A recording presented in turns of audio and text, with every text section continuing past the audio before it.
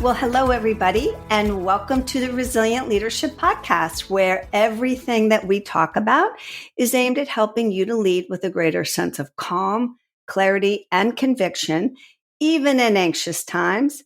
I am your co-host, Bridgette Tyre, and as always, I'm joined today by my fellow co-host, collaborator, and good friend, Irvin Nugent. And Irvin, how are you?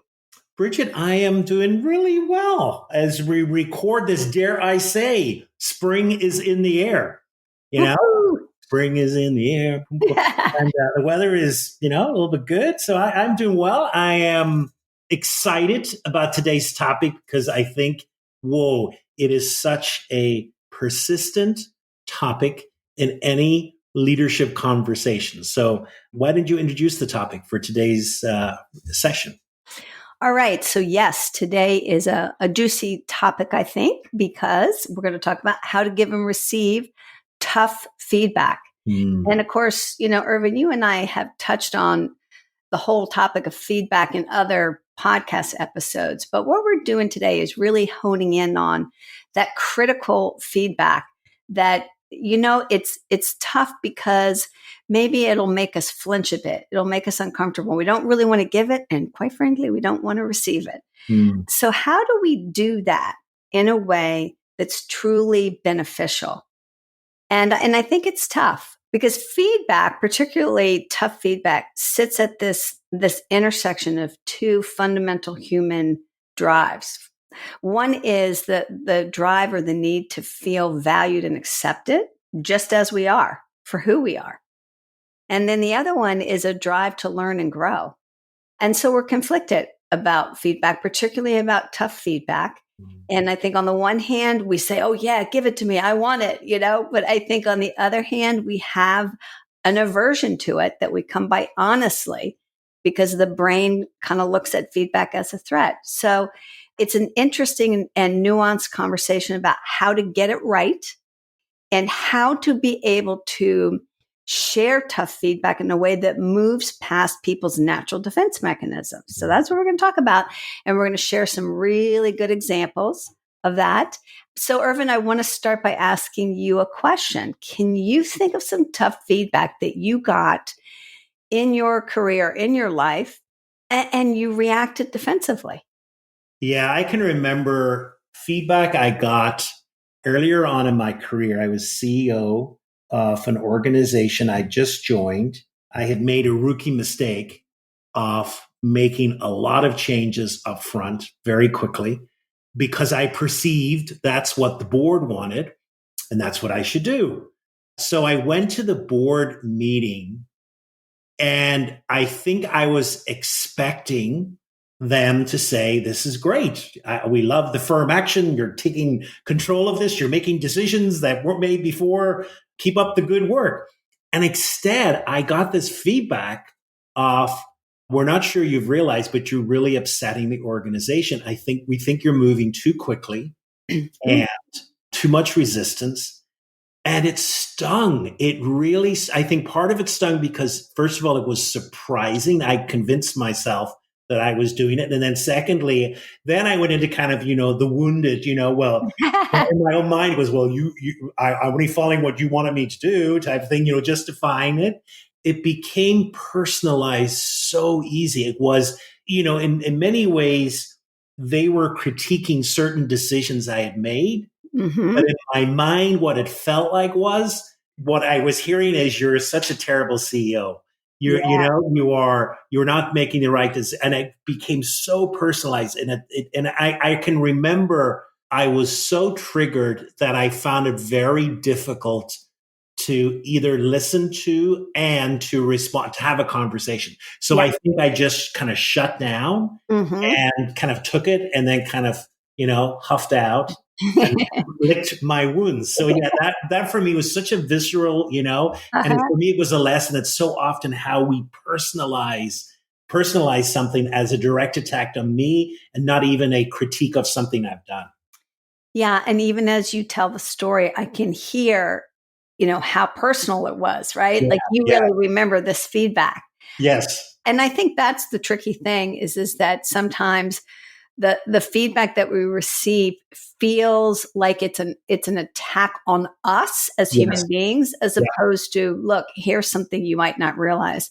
So of course, getting defensive is the most natural thing in the world. We come by it honestly. According to David Rock of the Neuro Leadership Institute, we only respond positively and openly to constructive feedback about 1 out of every 13 times we get it. So we got a lot of practice here to do, right? And I think sometimes that defensiveness can be a byproduct of feedback being delivered poorly, right? Let's face it, not everybody's great at giving it. But I also think it's just because the human brain tends to see feedback as a threat instinctively. So when someone says to you, hey, can I give you some feedback? That amygdala at the base of our brain is going, it detects a potential threat. That fight or flight response, I think, can get easily triggered in these conversations. And you said, Irvin, that you kind of shut down, right? Yeah. And that's just a common thing that we do in the face of a perceived threat. Yeah. So how do we get past our natural instinctive inclination to feel threatened by tough feedback and to get defensive or dismissive? And so, Irvin, what are some tips you can give to our listeners who I'm sure are shaking their heads and totally relating to what we're saying? I think the first one is a clue in what you were talking about, is that, first of all, this is a natural process of the brain. Nothing surprising here. It's not a judgment on what we're doing. This is natural. So I think the first tip is, can we train our brain to focus or refocus attention on what's happening? And so instead of seeing this feedback as a personal attack, rather that this is a gift and an opportunity. Now that's not easy. Mm-hmm. However, I think when we have a mindset of receiving this as an opportunity, so this actually can help us fulfill our potential. It can, because so often we have blind spots. We don't see things clearly. And in this feedback is an opportunity for us to grow. Time after time, we both of us have been coaching for many years. We have many stories of people who were given initially tough feedback that was hard to accept, and yet it was a breakthrough moment. Mm-hmm. Through the uncomfortableness of sitting with this, it proved to be a turning point, a new insight in leadership, a new insight in how they're showing up. And in fact, one of our past episodes, Bursting the Leadership Bubble, it talked about that. It talked about how to respond well to constructive feedback. And actually to seek it out, because so often what we seek is the rah-rah applause, and very often what can be really good is feedback that's not that feedback really that helps us to grow. So the first one, training the brain, almost like, this is not negative. This actually is an opportunity. Yeah. And Irvin, you know what that reminds me of? That reminds me of the kind of therapy when people have real fears, they have an aversion to something. What is that therapy called where they keep exposing you to it? Aversion therapy? Oh, aversion therapy. Yeah, right. Yeah, and so by asking for critical feedback, right, we're essentially doing aversion therapy for ourselves and building up maybe some new neural networks. Yeah. And then the second one is, again, understanding that it's natural to be defensive. So we can expect nothing is going to take that away. It's part of our built-in system. So in the moment, do we have a self-regulation practice that in that defensiveness, and when we feel it rising up, is there something that we can do that can give us just a little bit of distance to give us an opportunity to respond differently? And we've gone, oh my God, we've done so many different practices in former episodes, but breathing, realizing the tension. I think I may have mentioned one practice which I have found very helpful, especially when we are receiving feedback. Mm-hmm. Almost imagine the words falling into, say, if you're in a table before us. Oh, yeah. And so it's almost trying to be a little detached from the words and just being curious. What are these words? What's being said? Yeah. And kind of explore that a little bit more, kind of be curious about it. So whatever technique it is there something in the moment that can give us that little bit of a distance so that we can begin to view this feedback with curiosity. Mm-hmm. And then the third thing is there a kernel of truth? And what I mean by that is that even if initially we are resistant, and even if initially it's like, no, this is just not true, this is not on par, etc. But is there something? Is there even something within the totality of the feedback that I can say, well, maybe there's something here?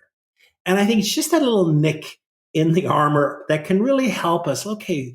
And then we begin to kind of explore that. Well, maybe it's not the whole thing that is, but there's really something they're onto that really I should pay attention to. Sometimes, you mentioned this, people are not good at giving feedback. Right. And so sometimes people are not very artful in how it is delivered.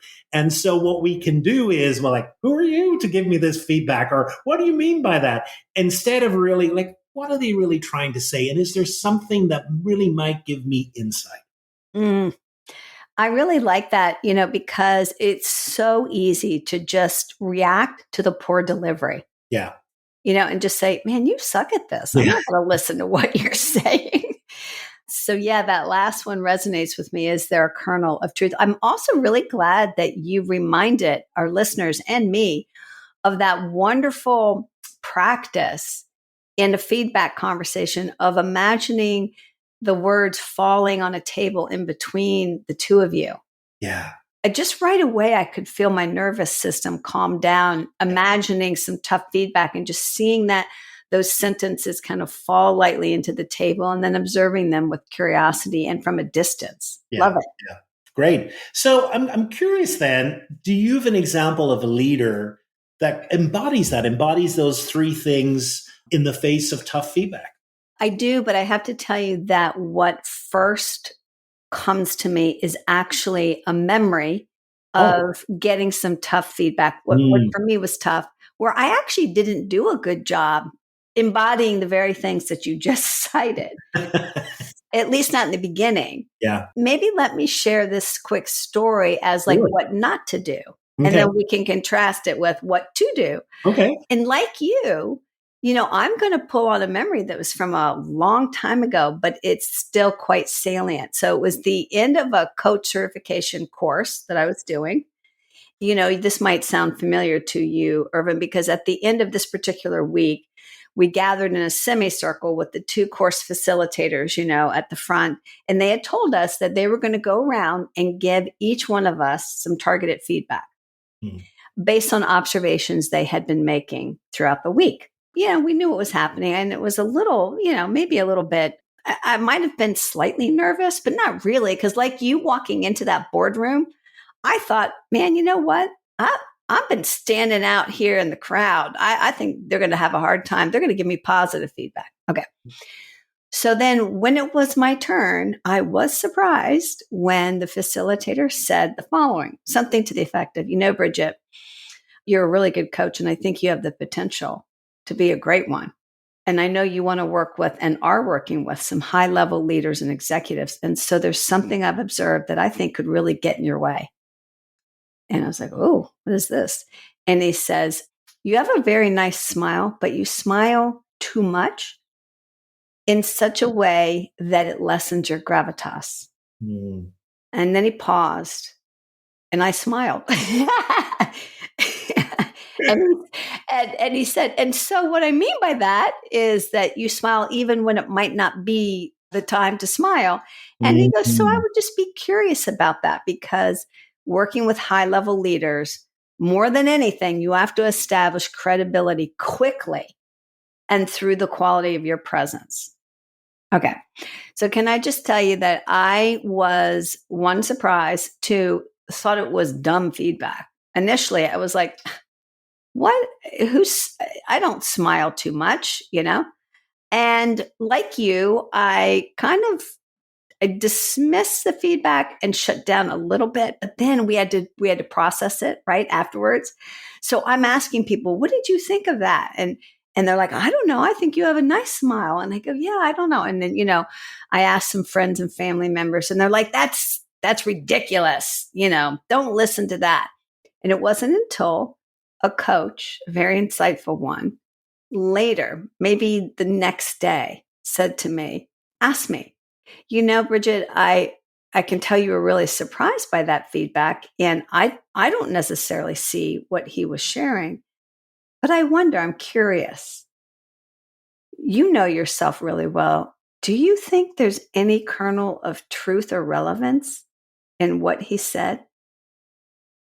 And that was the question that got me unstuck from dismissing the feedback and leaning into it as a potential gift. Yeah. And guess what? It was a great gift. Mm-hmm. And it was a turning point for me in understanding and better seeing my presence and how that could shift to be even more potent. Right? Mm-hmm. Yeah. So that's the story that came to my mind. What do you think? Yeah, no, I love that story because I think as well what it highlights is sometimes the feedback is on aspects of our behavior that's not always visible to us. Yes. So, it's, to be told you made a wrong decision about something's one thing, but to be told like you smile too much or like sometimes, oh, your face, it looks angry all the time. All of that can be really tough to receive because it's not obvious to us. And then it's like, do I? Is that like, So it kind of takes a little bit of a breath and say, oof, what is that? So I can relate to that a lot. And I think that kind of feedback is really a gift, especially if we're in aspects that are not initially visible to us. Yes. And very often people don't go there. So I think it's a great example. Yeah. I'm watching a new series on, I think it's Max, HBO Max, called The Pit. Have you heard? Oh, I've heard about it. I haven't watched it, but I heard about it. Yeah. And so to our listeners, I find it to be a fascinating and very good series. But the feedback conversations are really terrific to watch because they're in the emergency room. This is an emergency room. Yeah. And they have to give feedback. Lives are at stake. But man, they got to do it quick. They got to do it in the moment. And they better be pretty decent at it or else they might not treat their patients, effectively. So I just throw that out to listeners. It's a good show for that. I love it. So now we've talked about receiving tough feedback, but maybe we should turn now to give a few suggestions on how to give tough feedback. We talked about sometimes it's not very artful, but any tidbits, Bridgette, about giving tough feedback? Yeah, so I'm going to just share 3 because I think that, there's been a lot said and a lot written about how to give tough feedback. But if I had to bottom line it, I would say this: ask yourself these 3 questions before you give this tough feedback. And the first one may be the most important one, which is, how can I express genuine care for this individual in this conversation? And have I expressed it previously? Yeah. Because we listen to people who care about us and who have our backs. And we don't listen as well to people who we perceive, they don't really care about us as human beings, right? Mm-hmm. That to me is such an essential ingredient. And so you ask yourself, how can I express that care genuinely and early in the conversation? So maybe you open up with something like, if this is genuine, I want you to know that I see tremendous potential in you. I really believe in you and I'm 100% committed to your success. Yeah. And that's why I want to share this feedback with you. It's in the spirit of making sure you achieve the things you really want to hear. Mm-hmm. Yeah. So that's number 1. I think number 2 is how can I say this in a very direct and straightforward way? You know what we do, right, Irvin? We water it down. No, totally. Yeah. At least you and I do. I know. Yeah, run. Yep. And when we water it down, we think that we're doing the other person a favor, and the opposite is true. So you just have to just say it in as most plain of a way as you can, where it's not going to be misunderstood. Kind of like, would my 3rd grader understand this? Might be a good litmus test. And I think the last question that's as important as the first 2, which is, how can I connect this feedback to something that's really important to this person. Like, what are their aspirations? What are they seeking? What are they driving towards? Who are they? What are their values? And connect it there, because then they'll feel seen, and they'll also themselves be able to connect the dots between that feedback and, what matters most to them. Yeah. So those are the three. Yeah. So, Irvin, let's give the folks a different example now, as we've shared two of what not to do.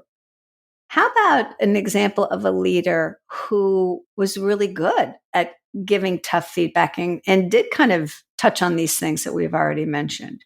One thing comes to mind, especially with those points, which I think this example will elucidate. The example is of Cheryl Sandberg, who started out with Facebook and now then with Google. But this example comes from the Google, but it's actually in a book called Radical Candor. It's a great book written by Kim Scott. And she writes there that a story that she refers to the story. I think it's a really great example of how to give tough feedback and be caring and be straightforward. The context of this, it was a meeting with the C-suite, so the upper leadership at Google. Kim Scott, at this stage, was an up-and-coming manager at Google, and her boss was Cheryl Sandberg. Cheryl had invited her to give a presentation to the C-suite, and she wanted her to highlight some of the wins that the team were racking up because it was having a very positive influence in the wider Google culture. And needless to say, of course, you get an opportunity to present to the C-suite. So Kim was very excited about this opportunity. She was very enthusiastic in her presentation about the impact that the team was having in Google. And in one, she said at one stage, I kind of felt that the CEO was just eating out of her hand. He was really eating up everything she was saying, particularly impressed by the results. And, this can be, C-suite presentations can be cut very short with questions, but the CEO was very engaged. And so, therefore, not surprisingly, she left the meeting feeling like this has been a huge success. And so the feedback conversation started afterwards because Cheryl was waiting at the door for her as she left the conference room. She was expecting maybe a high five. Maybe that was amazing. Did you see the CEO? He was eating out of your hand. And instead, Cheryl asked Kim if she could walk back to the office with her. And kind of Kim began to say, oh, something's going on here. And there was a sinking feeling in her stomach. And she wondered, what might she have missed? Did something go wrong? And, as they were walking, the first thing that Cheryl says, you're going to have an amazing career at Google, which of course made Kim feel very good about herself. But, it's kind of, where's the axe here? Something's going to drop. And she, continued with some very specific praise about how Kim had handled tough questions, and the CEO had seemed to enjoy her presentation, and even under intense moments when she was challenged. That positive feedback kind of filled her, but she knew something was not right. And so she said to Cheryl, but something didn't go right. Cheryl, smiled and a reminder that it really was a success, and she'd hit the ball out off the park. But she said, I want to give you an observation. You said a lot. Are you aware of that? And Kim replied, yes, I know I do that too much. But, she said, is that the thing that didn't go well? I said, a lot. The CEO was so impressed.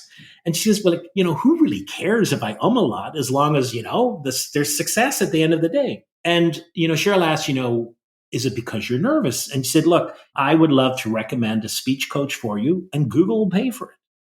And, Kim kind of got a little defensive then. She played it down and she said, well, I wasn't really, nervous. It's just a small verbal tick. It's not a biggie, and really try to brush off kind of this feedback, really it seems inconsequential to what just happened.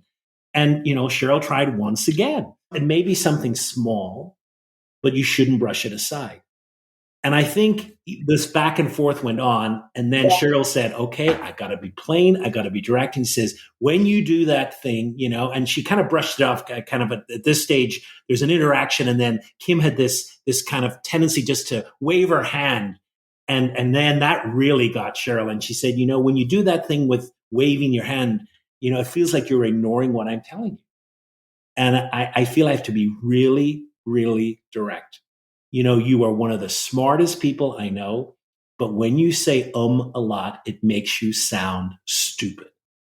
Oof. Ouch. That really got the attention. And then Cheryl repeated again, look, I'm more than willing to pay for a speech coach from Google for you. And of course, Kim agreed to make it happen. And needless to say, it was a memorable conversation. And Kim then writes, this was a turning point in so many ways on her career. One of the things that stand out for me is to have a boss that cares that much. Yes. That even something that on the surface may seem small, but really isn't. And to have someone that notices, I think is such a gift. I couldn't agree more. And she knows because she's at the C-suite level herself. Yeah. And she could see that if Kim didn't really address that, she wasn't going to go as far as her potential could take her. I think it's a great story because this is what I think happens a lot. When I listen to my clients, they say, I've given the feedback. I've said it. I don't know what else to do. But you know what they haven't done? Yeah. They haven't persisted with a bottom line statement like that. Oh, absolutely. Yeah. Yeah. And it's just clear, unambiguous, boom. Yeah. Well, maybe if you one final story that might bring out both, the giver and the receiver of tough feedback and how they got it right. Yeah, this is one final story, and I'll make this one shorter, but it is a good example of both sides doing their part, to make the feedback conversation go well. So it comes from a client of mine, and it was interesting because I asked him, what's some of the toughest feedback you've ever given or received? And he goes, well, I'm going to give you an example that came from early in my career when I was younger, newer, and I didn't know a lot, but this incident changed the way I manage and the way I manage up, and I think contributed to my success. So here's what happened. So he was part of the sales team, and apparently the sales team was filled with lots of really good salespeople, and they had this daily sales meeting, but there was one employee who came late almost every morning to this meeting. Now, mind you, he was actually a very talented salesperson. Like he was knocking the numbers out of the park.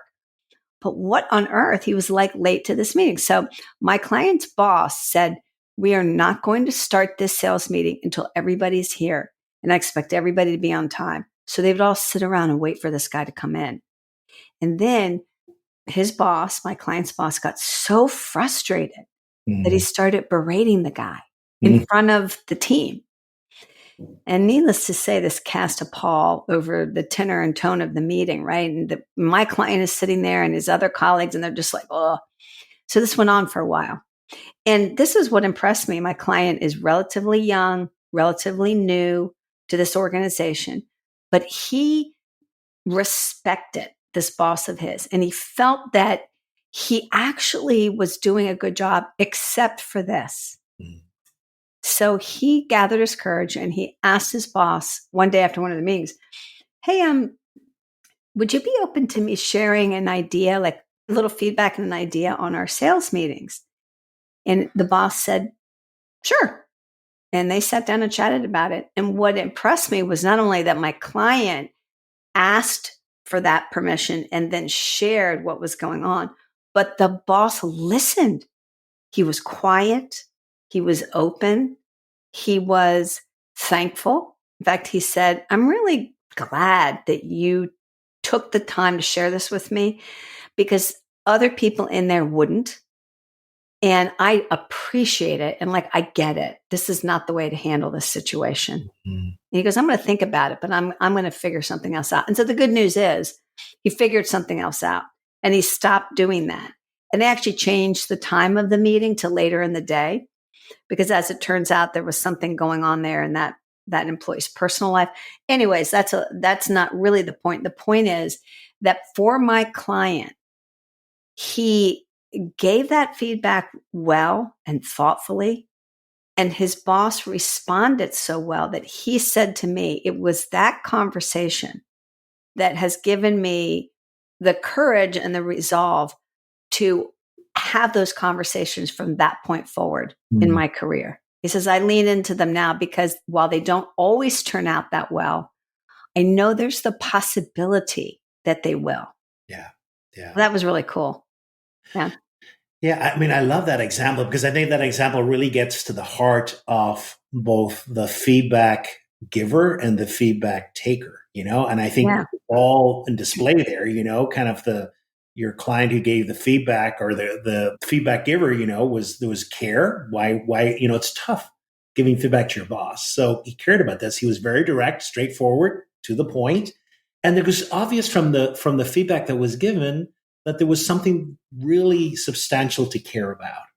And then the boss was able to, in that moment, instead of becoming incredibly defensive, must have really self-regulated well to be able to say, there's something going on here. This is an opportunity. And they got the kernel of truth. So, I mean, all of that's really embodied in that example. And I think that's something we aspire to. So awesome.